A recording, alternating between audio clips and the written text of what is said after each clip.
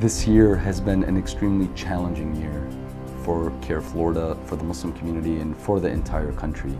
It started off in complete shock, that a man was elected president who called for a total and complete shutdown of Muslims from entering the country. He called for a Muslim registry. We started the year by receiving numerous complaints of U.S. citizens being held at the border for hours and being questioned about their religion, asked if they were Sunni or Shia, how many times a day did they pray, what mosque they belonged to, what they thought of Donald Trump, being forced to turn over their cell phones and hand over the password to their Facebook and their emails, targeted simply based on their religion. The CAIR-Florida team knew that we had to rise to the occasion. We are living in dark times that will forever define who we are. Define who we are as Muslims, define who we are as Americans, and really who we are as a country. The more that the certain administrations use the Muslim community as a punching bag for whatever it is they're trying to achieve in their political agenda, the more the non-Muslim community is coming to the Muslim community's aid, saying, hey, hold on, this is not American. This is anti-American. This is the antithesis of what our values are. This is about the people and the people's movement.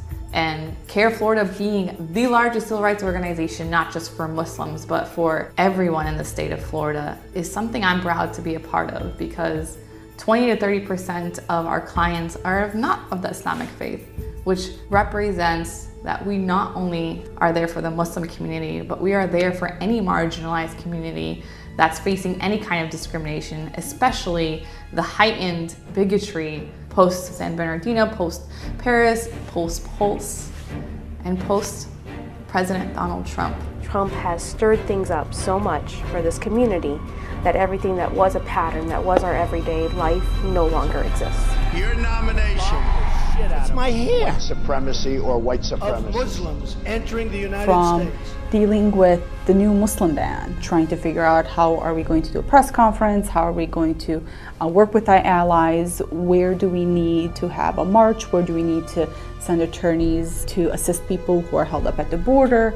Every day is something unique. From Know Your Rights trainings for women's groups, universities, colleges, and providing Islam 101 trainings for universities and community centers and even law enforcement. There's a lot of advocacy work. It's not just sometimes seeing our face in the media or seeing us on stage. There's a lot of work behind the microphone. The work that we're doing, nobody even comes close. We are not ahead of the curve, we're pulling the curve. Hosting safety trainings, to giving khutbas at masjids, to the banquet, to Day of Dignity, to Florida Muslim Capital Day. We're like the behind the scenes, but make everything happen. Panama City has a wide array of people. You have people who are just very friendly to us, very supportive, and they'll reach out to us whenever we need anything. And then you have people who really dislike the Muslim community.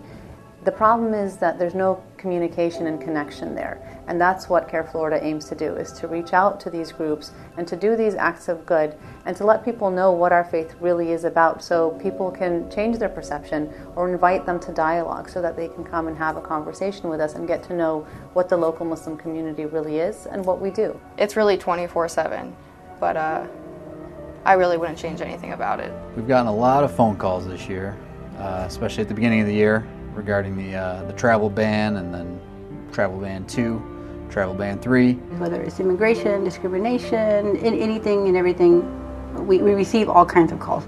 We all focus on perfecting our clients' rights. It's super stressful, it's exhausting, the work is heavy, sometimes we get tired. But what keeps us going is understanding that the work is important, understanding why we're needed, understanding that we have to continue to power through. How many people can wake up every day and say, I actually want to go to work? We walk in every day with our own things going on, but as soon as we hit that door, other people bring their issues to us, and their issues are a little bit more important than ours at that moment in time.